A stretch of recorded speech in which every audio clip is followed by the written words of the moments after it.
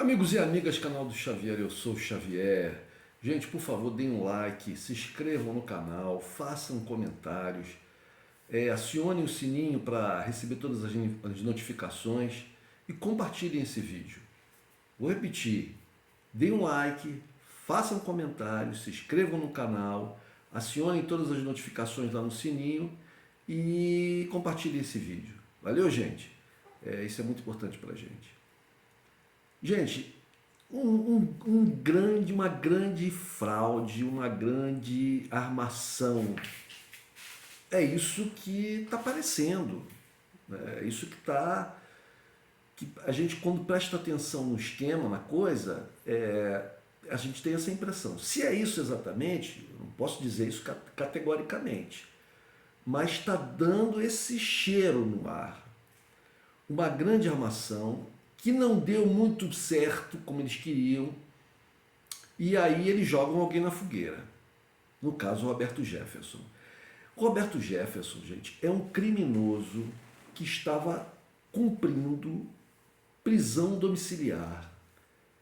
Ele é um criminoso que estava cumprindo prisão domiciliar. O Roberto Jefferson já esteve preso por corrupção. Cumpriu um pedaço da pena e saiu. Foi preso novamente por causa de agressões verbais, né, de baixíssimo nível, atentados à democracia, que ele cometeu e foi preso novamente, ficou liberto com tornozeleira eletrônica. Essa prisão domiciliar, nessa prisão domiciliar, ele tinha que seguir algumas determinações da justiça, como, por exemplo, não dar entrevista, não acessar redes sociais, né, manter distanciamento da atividade partidária, etc. E tal. Ele contrariou todas essas determinações. Né? É como se, como se fosse uma pessoa que estivesse presa numa cadeia, né, num presídio, e tivesse a liberdade de tomar banho de sol, mas não pudesse sair fora do pátio do sol. Então ele saiu e foi lá para a rua. Mais ou menos isso. Entendeu? Então ele descumpriu todas as determinações, ou pelo menos várias delas, da sua prisão domiciliar. Ele tinha ido para a prisão domiciliar porque a defesa dele tinha alegado que o estado de saúde dele era frágil, que ele estava muito doente. O que a gente vê agora é que é uma tremenda de uma mentira. Uma tremenda de uma mentira. Então, depois de ter proferido aqueles insultos de baixíssimo nível contra uma mulher de quem eu não tenho, por quem eu não tenho a menor simpatia, mas é uma mulher de idade e é uma ministra do Supremo Tribunal Federal. No exercício do seu cargo, para ele fazer uma crítica, ele quer fazer uma crítica à atuação dela, então ele utiliza de um linguajar baixíssimo, extremamente ofensivo. Extremamente ofensivo. Se fosse contra uma pessoa qualquer, uma mulher qualquer, já mereceria uma punição. Já mereceria uma punição. Mas tendo feito o que ele fez, né, feito essa ofensa grave em relação a uma alta autoridade da justiça, né, simplesmente porque essa alta autoridade estava exercendo a sua função, né, de ministra do Supremo Tribunal Federal, no caso de ministra do Supremo Tribunal Eleitoral, se não me engano, eu não sei, não me lembro agora exatamente qual era a função que ela estava exercendo, mas de ministra, né, dos altos tribunais do Brasil. Então, por causa disso, ele deveria receber uma punição pior ainda. Pior ainda. E foi por isso que foi determinada a prisão, o retorno dele, né, à prisão. O retorno dele à prisão, porque ele estava cumprindo pena por atentados ao Estado Democrático de Direito. E o que ele fez, né, quando ele ofende essa ministra do Supremo Tribunal Federal, ele está de novo, né, cometendo um crime contra o Estado Democrático de Direito, né, contra o Estado brasileiro. Então, por isso ele foi os policiais federais foram lá. E ele, como é que ele responde a isso? Ele responde com uma extrema violência, né? Com tiros que ele diz que não foram para acertar nos policiais, mas foram no carro. Os tiros acertam o carro, acertam no nível, nos bancos, atravessam o banco do carro, acertam na, na, na, na área do banco. Você vê que seria na área do peito de uma pessoa que estivesse sentada ali, e na área do encosto seria na área da cabeça. Ele alega que ele não atirou nos agentes, atirou no carro vazio. Mas se houvesse alguém dentro do carro que ele não tivesse visto? Se tivesse alguém dentro do carro que ele não tivesse visto que estava lá dentro? Né? Um agente sentado no banco de trás que porventura estivesse abaixado e ele não tivesse visto. Então ele pôs em risco a vida dos agentes. Tanto que os agentes se feriram, levemente, mas se feriram. Ou com os tiros que ele desferiu contra eles, ou então contra as 3 granadas que ele diz num vídeo, conversando com outro policial federal, que foram granadas de efeito moral. Agora, a terceira questão, a segunda, nem sei mais, já até perdi aqui o enumerar das coisas. A segunda questão, a outra questão, é que há um vídeo em que os policiais estão lá negociando com ele, mas parece uma conversa de comadres. De comadres. O policial se referindo a ele com todo respeito. O cara é um criminoso condenado, cumprindo pena, que recebe policiais a tiro.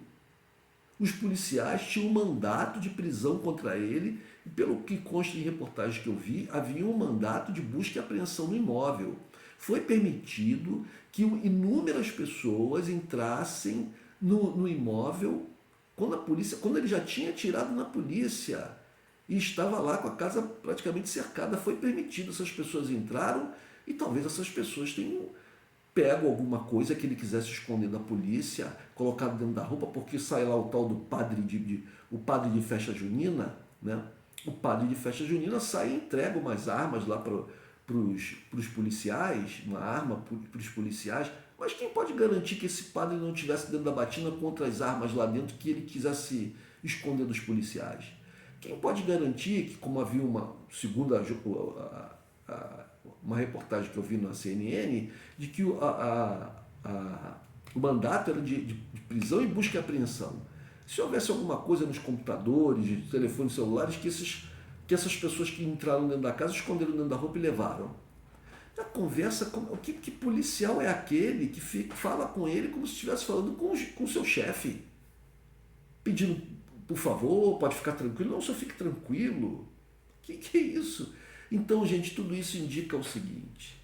E a atitude de Bolsonaro, de início foi uma, depois mudou drasticamente, assim como de Sérgio Moro. Tudo indica que eles quiseram armar um grande evento para assustar as pessoas, né, e para criar um clima para que eles ganhassem a eleição nessa armação. Mas a coisa reverteu, talvez o Roberto Jefferson tenha extrapolado, porque ele é um desvairado. Roberto Jefferson é uma pessoa completamente fora da noção de qualquer coisa, né? Talvez tenha sido isso, ele tenha extrapolado e a coisa reverteu contra eles. E aí Bolsonaro rapidamente joga o cara na fogueira, diz que não tem nenhuma foto minha com ele, tá aí as fotos na internet. O padre Kelman, que foi lá para o debate como candidato do PTB, foi colocado pelo Roberto Jefferson. Roberto Jefferson está como presidente de honra, mas na verdade ele manda ainda no PTB. Ele manda no PTB. Né? E ele iria fazer o papel que o padre Kelman, sei lá, acho que é Kelson, sei lá.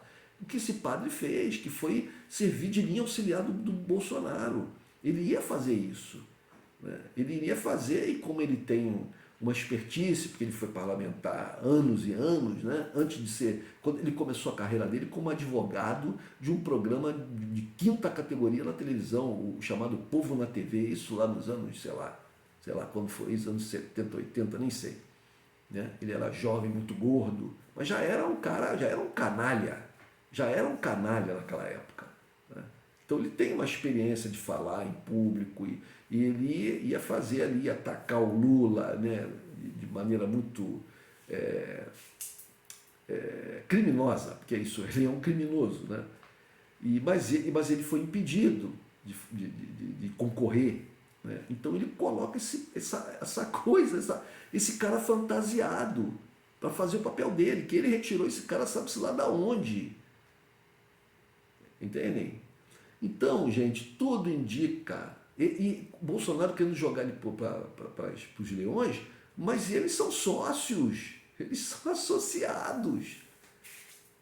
O Roberto Jefferson é um associado do bolsonarismo.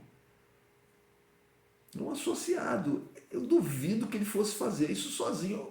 As coisas estão apontando para essa direção. As coisas estão apontando para essa direção.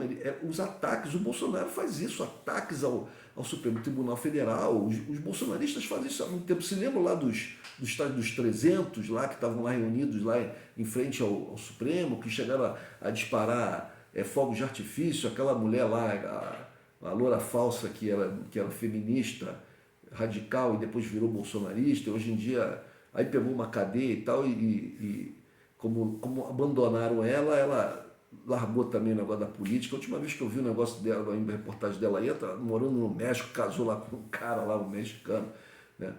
Mas ela era a líder desse grupo bolsonarista que atacava o Supremo Tribunal Federal. O Bolsonaro faz isso desde sempre, porque toda vez que o Supremo contraria, né, alguma irregularidade, contraria alguma ação criminosa do bolsonarismo, do Bolsonaro, qual é a arma que ele tem? Qual é a estratégia dele? É atacar o Supremo, atacar ministros individualmente, né? Bolsonaro sempre fez isso. Então o Jefferson faz isso também, e mistura a coisa da religião. Você vê que o discurso dele, porque é o lutador da liberdade, que quer ver a cruz de Cristo, uma coisa que não tem nada a ver com a outra, um discurso completamente enlouquecido, né, para atingir essas mentes dos fanáticos e dos imbecis.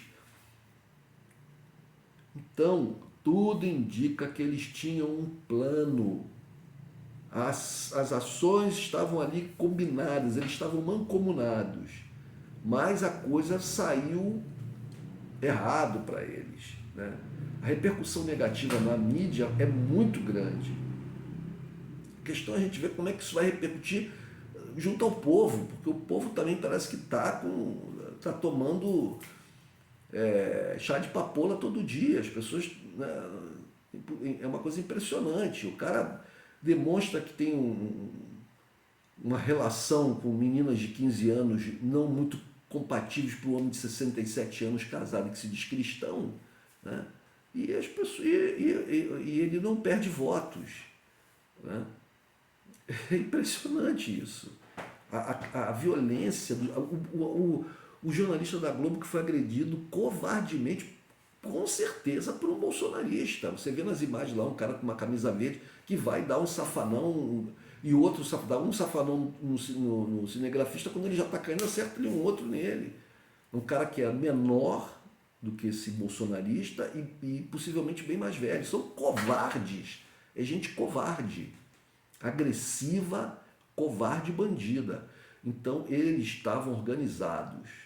E isso é que parece que está emergindo aí da compreensão. Eles estavam organizados, Bolsonaro com o Roberto Jefferson, né? Mas a coisa não saiu como eles queriam. Então eles vêm a público. As ofensas que o cara fez a Carmen Lúcia foram muito pesadas, né? Ou talvez até a gente pode também imaginar que o Roberto Jefferson quisesse ter algum protagonismo, né, muito maior do que ele tem tido, e portanto ele tenha né, se exacerbado nas ações, mas que eles estão mancomunados, isso é verdadeiro. Então Bolsonaro mais uma vez mente quando diz que não, você não tem uma foto minha com ele, tá na internet, é só vocês verem as fotos. Inclusive a capinha desse vídeo aqui vai ser uma foto dos dois juntos. E é sabido, o PTB faz parte da base de apoio do Bolsonaro. PTB, partido cujo presidente de honra atualmente é o senhor Roberto Jefferson. Há algum tempo atrás era o presidente de fato, que só foi afastado por causa da prisão dele, etc. Então, o Roberto Jefferson é um criminoso quanto mais, ele insiste na criminalidade, né? E agora, a justiça tem que ver por que o Bolsonaro ia mandar o ministro da Justiça. Por que o ministro da Justiça? Então, toda vez que um criminoso resistir a um mandato de prisão, a polícia bater na sua casa e ele resistir a mandato de prisão, né, a Polícia Federal, o Bolsonaro vai mandar o ministro da Justiça lá? É isso? Se a Polícia Federal for numa comunidade aí, onde esteja escondido aí um criminoso que tenha cometido os crimes federais e ele não se entregue, o Bolsonaro vai mandar o ministro da Justiça lá? Eles parecem que uma coisa também que a gente parece que percebe é por causa dos vídeos feitos pela filha dele, né, a tal da Cristiane Brasil, outra que também já pegou uma caninha, né? Já pegou uma caninha, deve estar com o processo ainda rolando, não sei como é que está a situação dela junto da Justiça. Mas ela faz ameaças ao ministro Alexandre de Moraes. Ela faz ameaças. E ela conclama as pessoas, né, a irem lá para proteger o pai dela. Eu acho que eles esperavam assim, tipo, que o povo fosse, né, em grande quantidade lá para as ruas e houvesse uma espécie de uma insurgência no Brasil. E eu volto a dizer isso para melar as eleições, porque eles estão percebendo que está difícil para eles, né? Está difícil para eles, apesar de Bolsonaro estar com um número grande, está crescendo, vem nesses dias ainda crescendo, se aproximando do Lula, mas ainda tudo indica que Lula ganha. Então eles, para não terem dúvidas, eles vão tentar, né, fazia parte do plano, eu acho, tentar qualquer coisa. Então ela conclama as pessoas a ir lá proteger o pai dela, aqueles que lutam pela liberdade. Esses caras são loucos, gente, loucos perigosos. Alexandre de Moraes, o Supremo Tribunal tem que mandar prender a filha dele também, por ameaça. Ameaça ao ministro do Supremo Tribunal Federal, por incitação à violência. Aquilo que o Roberto Jefferson fez lá atrás, quando incitava as pessoas das igrejas a reagirem violentamente quando viesse a polícia, os fiscais da lei, para impedir que as igrejas abrissem no auge da pandemia, né? Ele fez vídeos dizendo para usar taco de golfe, para acertar na cabeça dos caras. Ele fez isso. Quer dizer, ele incitando o povo a agir, né, de forma violenta e até matando agentes da lei e agentes de fiscalização do Estado. Então agora a filha dele praticamente faz a mesma coisa. Então, gente, eu acho muito difícil que isso não faça parte de um plano. Só que o plano deu errado e aí o Bolsonaro teve que vir a público, jogar ele para os leões, né? Jogar ele para os leões, mas bom, já ia em cana mesmo, né? Então, jogou ele para os leões e o Moro. Agora vocês vejam, Moro e Bolsonaro estão juntos novamente, cara. Gente, pelo amor de Deus. Eu hoje cedo, junto com amigos aqui no meu bairro, estive fazendo adesivação e campanha, né, pela reeleição do Lula numa praça aqui perto da minha casa, onde tem uma feira livre, popular, né, bem grande. Estivemos lá. E muitas pessoas vinham até nós e pegavam adesivos e eram muito simpáticas e tal. Mas algumas pessoas, um número pequeno, mas algumas pessoas passavam e no mínimo olhavam com um olhar bem raivoso, outros faziam piadinhas ou falavam Bolsonaro, não sei o quê, outros até um pouquinho mais agressivos, aí ladrão, não sei o quê e tal. Então, eles são abusados, porque nós éramos um número grande de pessoas, quer dizer, quando eu falo número grande, talvez tivesse ali umas 15 pessoas, né, na nossa campanha. E vinha um cara sozinho, passava no meio da gente e provocava. Eles são abusados, eles são agressivos, essa raça agressiva, porque se eu passar numa manifestação bolsonarista, ou de qualquer outro candidato, como tinha, eu vou passar, claro que eu não vou sorrir para eles, porque não coaduno com a ideologia deles, mas não vou provocá-los, não vou, sabe, não vou fazer comentários em voz alta com outra pessoa em relação àquilo que eles estão apresentando. Não, passou ao largo e, sabe, mas eles não, eles são provocadores, são violentos, são agressivos, são pessoas raivosas. Então, é isso. Então, nós temos aí um criminoso que é tratado de uma forma muito amigável por agentes da Polícia Federal. Isso depois de ter atirado contra os primeiros que foram lá cumprir o mandato judicial. Parece que ele deu mais de 20 tiros de fuzil. Mais de 20 tiros de fuzil. Furou o carro da Polícia Federal todo. Jogou granadas que ele disse que eram de efeito moral. De qualquer maneira, jogou contra um destacamento da Polícia Federal que foi na casa dele, para cumprir o mandato. Um cinegrafista da TV Globo, de uma afiliada da TV Globo, que estava lá filmando, foi agredido por um seguidor, né, um simpatizante do bolsonarismo e simpatizante dele. Foi agredido de forma violenta. O cara estava apenas fazendo seu papel filmando, foi agredido.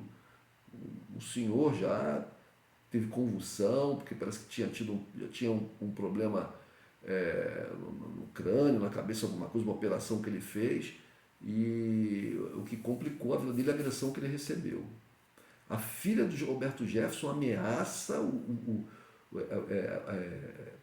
ofende, ameaça o ministro do Superior Tribunal Federal e conclama, incita a população a ir lá para lutar contra a polícia.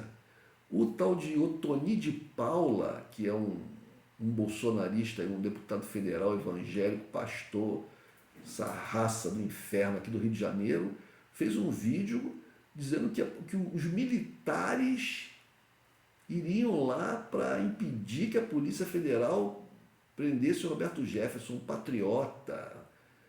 Entendeu? Agora você veja o nível dessas pessoas, meus amigos.